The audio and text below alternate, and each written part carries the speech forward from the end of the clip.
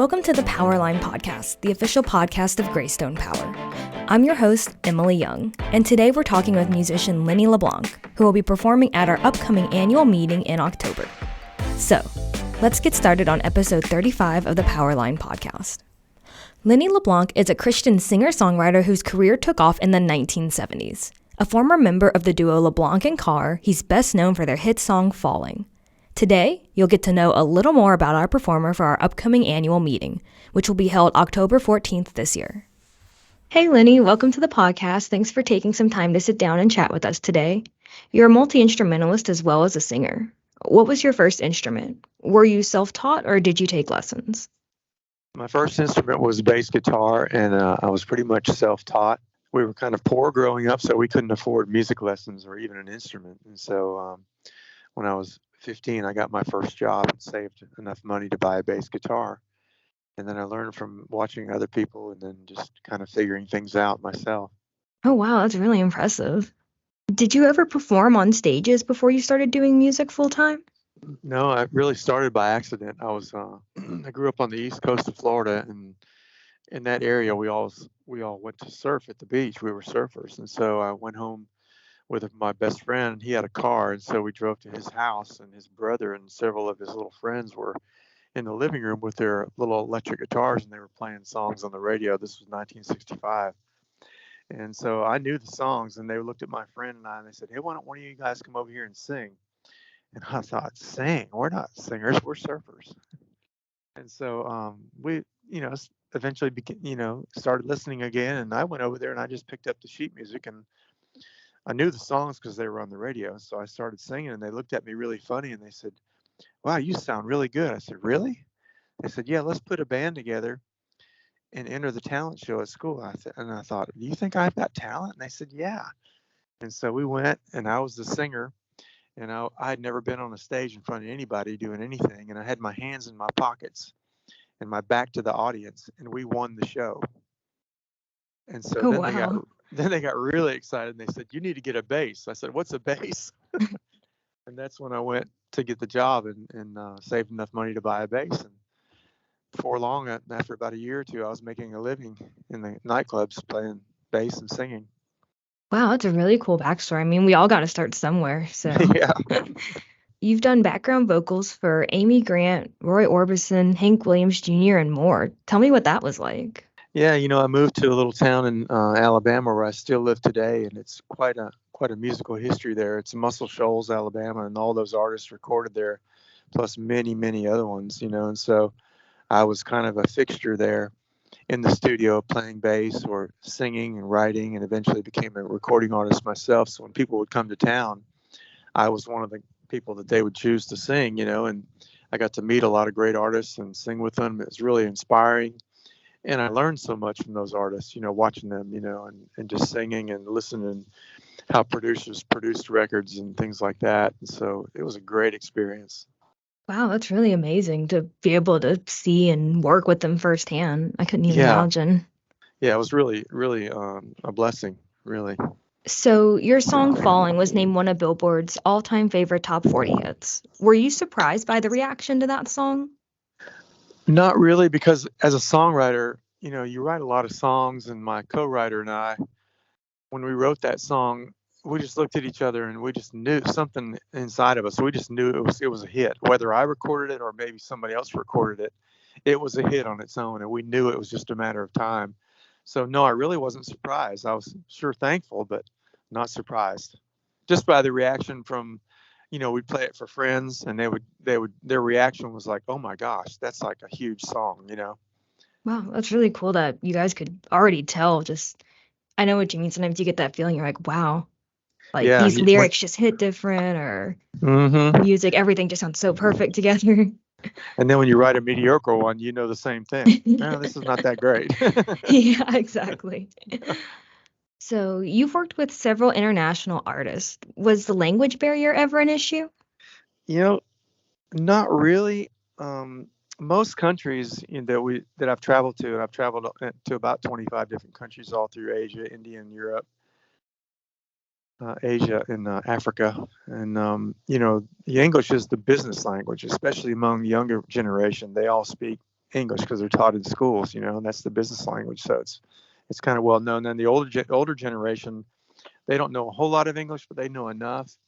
And a lot of my songs have been translated into many languages. So a few of my songs, I know them in several different languages, and I'll sing them. If I'm in Asia and Indonesia, there's a translation for one of my songs. I'll kind of brush up on it and sing it in that language. So yeah, but normally it's not really a big barrier. Oh, wow. Was that hard to learn your songs in other languages? Well, there's just one main song, so really not really, and it didn't have a lot of lyrics. So I would just get with a local, maybe one of the sponsors or the hosts that was hosting us. I'd say, teach me the song in your language, So it might take a day or two to learn it, and just kind of memorize it. And, yeah.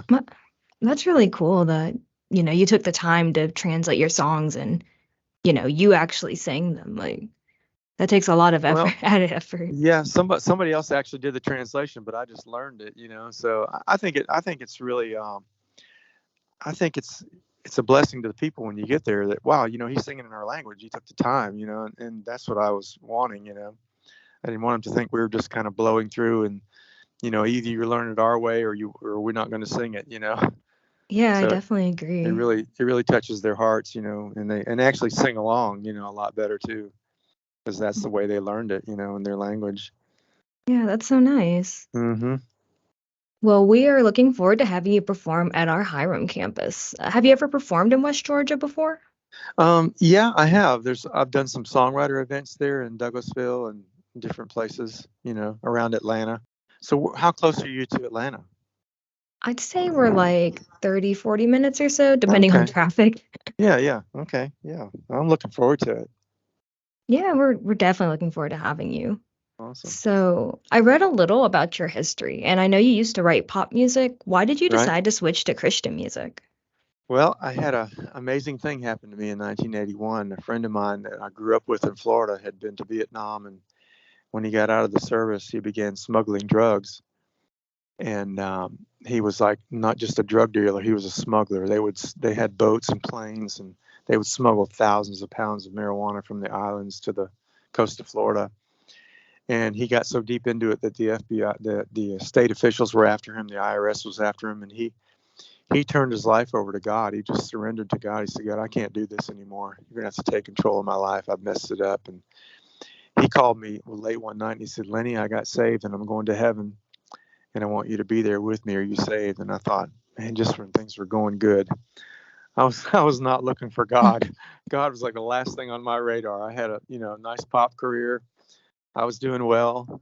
Had records, hit records, and had a record deal. And something in his voice just really, really just tugged at my heart, And he sent me a Bible, and I'd never read the Bible before. And I started reading the Bible for the first time, just curious, And God began to reveal himself to me through the scriptures. He began to show me myself, like in different characters in the Bible, like the rich young ruler. He had everything, but he was all tied up in his riches. That was his God, and just different things. And God began to reveal his love to me. And I just started seeing how on the outside, yeah, I was successful and I had all this stuff, but inside I was spiritually bankrupt. And I just really started crying out to God. I said, God, what do I do? I want to go. I want to know you, and I want to live for you. And man, my heart started changing in my house. I would just go on the back porch and I'd say, those trees have never looked that green. Everything just looked different. Everything I started thinking different. My heart began to change, and it was a supernatural experience with God. And so, as a songwriter, I was contractually, held to do another record. It was time to make another record, and so I was trying to write songs for that pop record, and I'd start the song, and it would start out to be a pop love song, and then by the time I got to the chorus, it would be about Jesus. And I thought Capitol Records is not going to want these Jesus songs, and of course they didn't. And so I had to get what's known as a musician's worst nightmare, a real job. And they held me in suspension of my contract, and it took 2 years for me to get out of the contract and eventually, start recording Christian music. And it wasn't that, okay, now you're a Christian, you can't do this pop music anymore. It wasn't that at all. It was just that I lost that desire to do it. I wanted to write and sing about this God that radically changed my life. So that was the motivation of my heart. And of course, there was no money in Christian music then. I had sung on Amy Grant's first record, and I wasn't even a Christian. I just did it for a favor to a friend. And so that's kind of how my journey started. Wow, that's a really amazing story. And Yeah. And I'm glad that you're able to do something that you really love and appreciate, something that's changed your life like that. Yeah, and along the way, I've had success in that other arena, in pop music and country music. I've had #1 songs recorded by other people that I wrote without even trying. So I was like able to achieve success and not even be in that genre, but just from a distance. And then write songs in the Christian realm that are sung around the world, in different languages. It's just amazing. I think that's really great that music can transcend languages like that. Oh, it's just awesome. Yeah. So I see now that you're a little more involved with the production side of music rather than singing, songwriting kind of. What made you decide to go that route? I have produced a lot in the past, but 3 years ago, I sort of kind of created a different path career-wise. I still do music and I still write some. I don't really make records because nobody buys music anymore. So there's really no reason to make records other than just you want to take a pile of money out in the backyard and burn it. So I started designing houses because I've built furniture all my life, and I built and designed every house we've lived in hands-on, and so I taught myself CAD for about 2 years, and we built a house 4 years ago. And then after I moved in the house, I had some friends want me to do a little house plan for them, so I did one. And then some builders found out I was doing it, and I started doing house design, and I've done over 150 homes in the last 3 years. Oh, wow. So it's like a major career shift. Yeah, definitely. But it allows me to make my own schedule, and I can still do events like yours and, write songs. And so, yeah, the advantages of being self-employed. Yeah. Do you think you might ever switch to that full time instead and not do music as much? Or? No, I think it is pretty much full time already, but I can make time. Okay. I've gotten pretty fast on designing, so I can design one in a couple of days. Usually. Yeah, that's pretty cool. I think you're the first construction person, musician I've met. It's a very different path, but it lets you still be creative. So I mean, it works out. It is. It's just kind of another stream of creativity, I think. That's the way I look at it. If you're an artist, you're going to do, you see a lot of actors will be painters, or songwriters will be sculptors, or, that creativity flows down some different streams often. Yeah. Okay, so we always ask everybody the same last question. Is there anything else you'd like to tell our members? Well, I'd like to really encourage them to come. I think you'd really be blessed. And I know I'd love to meet them all. Yeah, well, thank you so much for your time. We really appreciate you speaking with us. Oh, thank you. Can't wait to see you at our annual meeting. All right, well, see you there. Unfortunately, we're all out of time for today's episode. Aww. Make sure to check us out on social media, and don't forget to subscribe to our podcast, available on our website, Spotify, Apple Podcast, and YouTube. Thanks for joining us for episode 35. We'll catch you next time on the Powerline Podcast.